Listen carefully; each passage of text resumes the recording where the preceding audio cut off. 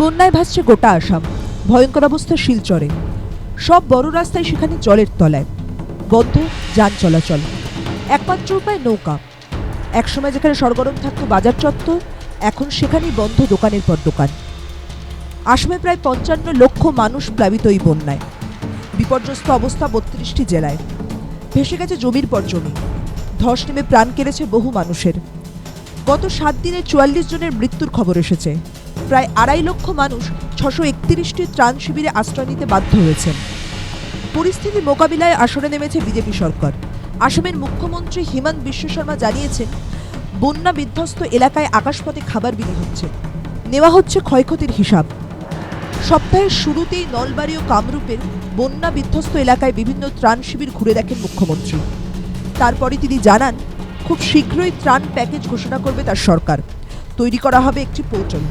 সেখানে কার কী ক্ষয়ক্ষতি হয়েছে তা লিপিবদ্ধ করা হবে এবং সেই মতো ত্রাণের ব্যবস্থা করা হবে।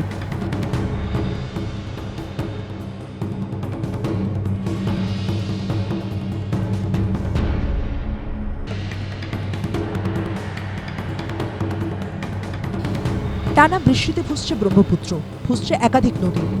বিপদ বাড়াচ্ছে লাগাতার বৃষ্টি। বন্যার জল যখন সবকিছু ভাসিয়ে নিয়ে যাচ্ছে, তখনই শিলচরে ধরা পড়েছে এক মর্মস্পর্শী ছবি। সেখানকার রঙ্গিখাড়িতে জলবন্দি অবস্থায় বিপদের মুখে পড়েন এক গর্ভবতী মহিলা। প্রসব বেদনা উঠলে তার পরিবার ফোন করে প্রশাসনকে। ছুটে যায় বিপর্যয় মোকাবিলা বাহিনী।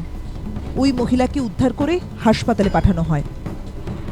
কোথাও উদ্ধারের কাহিনী, তো কোথাও ভেসে যাওয়ার ঘটনা। জলে হাবুডুবু খেয়ে এখন প্রাণে বাঁচার লড়াইয়ে দিন কাটাচ্ছে আসামের কয়েক লক্ষ মানুষ।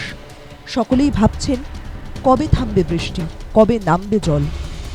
তখন আবার এলাকায় ফেরা, নতুন করে ঘর বানানো। দিশাহারা পরিস্থিতির মধ্যেই ত্রাণ শিবিরের মানুষগুলোর মনে উকি দিচ্ছে নতুন করে বাঁচার স্বপ্ন। মাধ্যম ব্যুরো রিপোর্ট।